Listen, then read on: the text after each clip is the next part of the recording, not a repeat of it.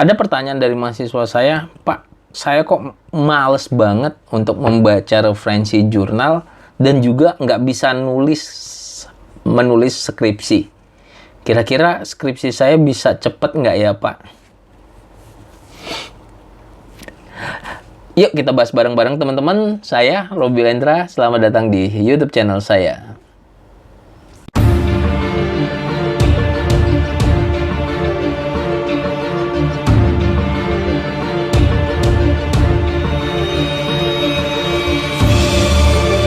Oke, teman-teman semua, ini pertanyaan yang sebenarnya poin penting dari sebuah skripsi gitu ya. Mungkin di video-video sebelumnya saya sudah pernah membahas ini, ya kita coba bahas kembali. Mungkin teman-teman butuh motivasi sedikit, butuh pencerahan kenapa sih kita harus membaca dan juga menulis di skripsi. Tapi sebelum masuk ke pembahasan, jangan lupa untuk subscribe YouTube channel ini, share, like, serta komen, serta follow Instagram saya di @robilendra dan juga @skripsimahasiswa.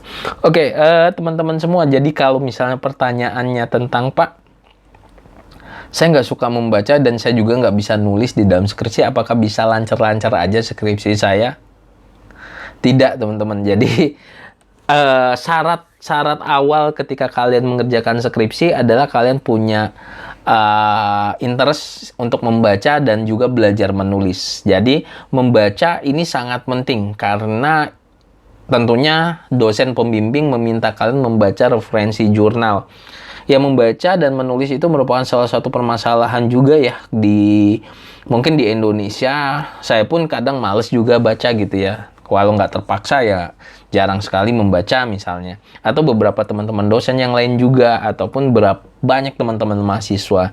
Nah, di skripsi itu adalah syarat awalnya teman-teman senang baca. Mulailah kalian membaca. Yang dibaca apa? Referensi jurnal. Kalian akan membaca buku, kalian akan membaca literatur-literatur, teori-teori yang terkait dengan penelitian kamu. Nah, kalau kamu nggak suka membaca, bayangkan apa yang mau kamu tulis gitu ya.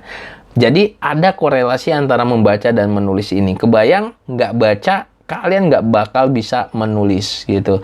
Nah, tentunya ketika kita membahas tentang membaca, banyak hal yang kalian bisa dapatkan. Tentunya ya tadi, teori-teori, topik-topik yang relevan dengan keilmuan kalian, kemudian inspirasi-inspirasi judul skripsi, kemudian bagaimana cara kerja sebuah metodologi penelitian, bagaimana cara kerja metode penelitian, itu kalian dapatkan dengan membaca.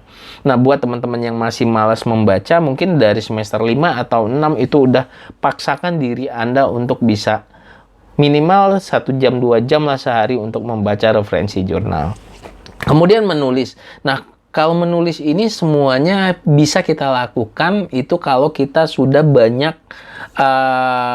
pengetahuan. Jadi sudah banyak membaca intinya.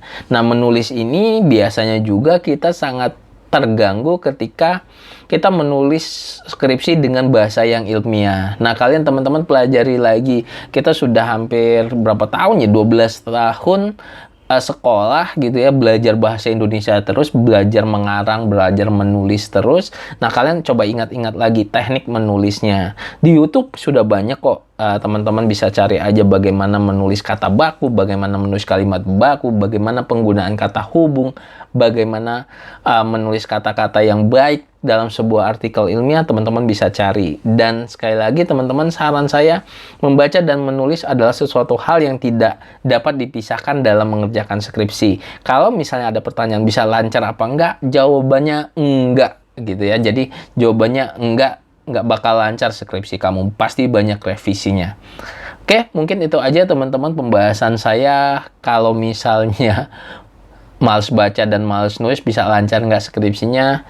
Jawabannya enggak. Mungkin kita ketemu lagi di video-video skripsi lainnya. Terima kasih buat teman-teman yang sudah subscribe YouTube channel ini. Share ke teman-teman kalian biar teman-teman yang lain mendapat pencerahan. Jangan lupa juga yang belum subscribe, silahkan subscribe. Kemudian follow Instagram saya juga di @robilendra dan juga @skripsimahasiswa. Kita ketemu lagi di video-video selanjutnya. Saya tutup. Assalamualaikum warahmatullahi wabarakatuh.